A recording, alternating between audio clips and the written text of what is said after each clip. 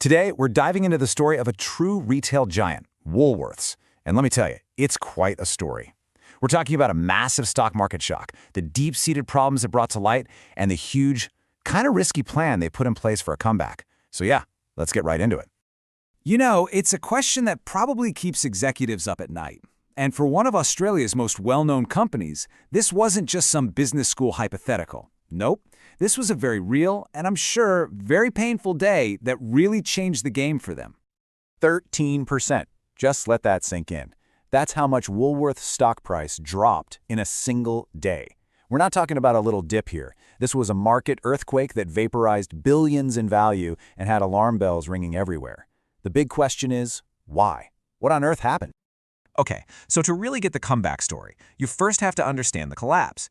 We need to look at what was really a perfect storm of bad news that all hit at once and triggered that massive investor panic. See, it wasn't just one single thing, it was a triple whammy. First, their annual results came out, and they just weren't what investors were hoping for. Then, bam, a $95 million hit from strike-related costs. And to top it all off, their big W division was bleeding cash, losing another $70 million.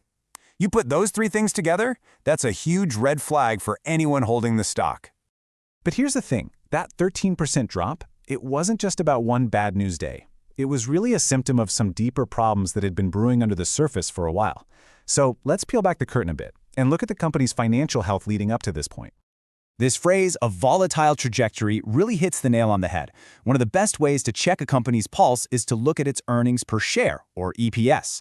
You can think of it as a direct look at how profitable the company actually is. And for Woolworths, that trajectory, well, it had been anything but a smooth ride. And I mean, what a roller coaster. Back in fiscal year 2022, things were looking great. They were at a peak. But then look at 2024, profitability just falls off a cliff. It dropped to just 9 cents per share. A big reason for that was some massive write-downs they had to take. Now, the rebound the next year was a start, sure, but it was pretty clear the foundation was shaky. And if you want to see that in cold, hard cash, just look at this comparison. The company swung from a massive $781 million loss in 2024 all the way back to a $963 million profit just 1 year later. Now, profit is obviously good, but that kind of wild swing makes investors really, really nervous. It just screams instability, and it was obvious. Something had to change. And that brings us to the plan.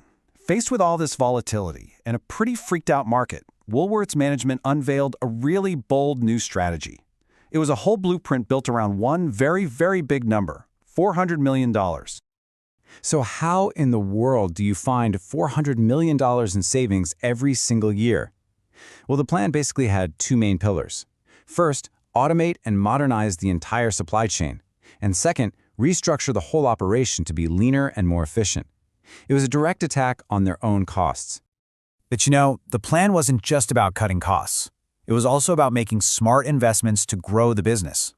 They're pouring resources into e-commerce, which is already growing like crazy, over 17%. They're trying to fix those issues in New Zealand that caused the big losses.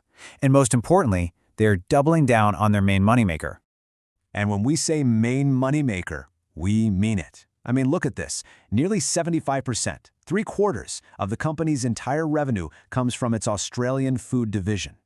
That's the heart and soul of the business, and the success of this entire recovery plan really hinges on making this core part of the business stronger than ever before. But of course, no plan ever happens in a perfect little bubble, right? Woolworths isn't just fighting its own internal issues, it's also staring down a series of pretty powerful external threats that could easily blow this whole comeback right off course. There are really three major risks looming. First, you've got the customer. People are feeling the pinch and they're switching to cheaper store brands to save money.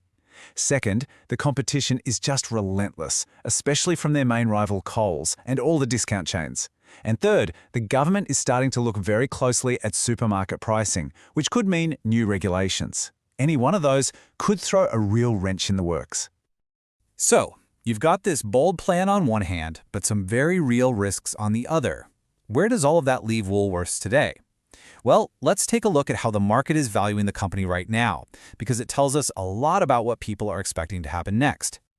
Okay, so a company's price to earnings, or PE ratio, basically tells you how much investors are willing to pay for every dollar of profit the company makes. Right now, Woolworths' PE is almost 35, which is way higher than its historical average. So what does that tell us? It tells us the market is already betting on a successful recovery. They're paying a premium price today because they expect much bigger profits tomorrow. Now, for investors who like to get a steady paycheck from their stocks, the dividend yield is super important. And on this front, Woolworths is kind of lagging. At about 3.5%, its yield is currently lower than the average for its competitors. It's a trade-off, right? They're probably holding on to more cash to fund this turnaround, but for now, it makes the stock a bit less attractive for income investors.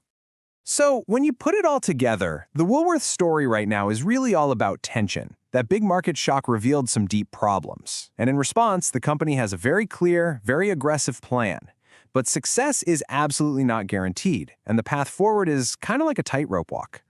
And that really leaves us with the million-dollar question, doesn't it?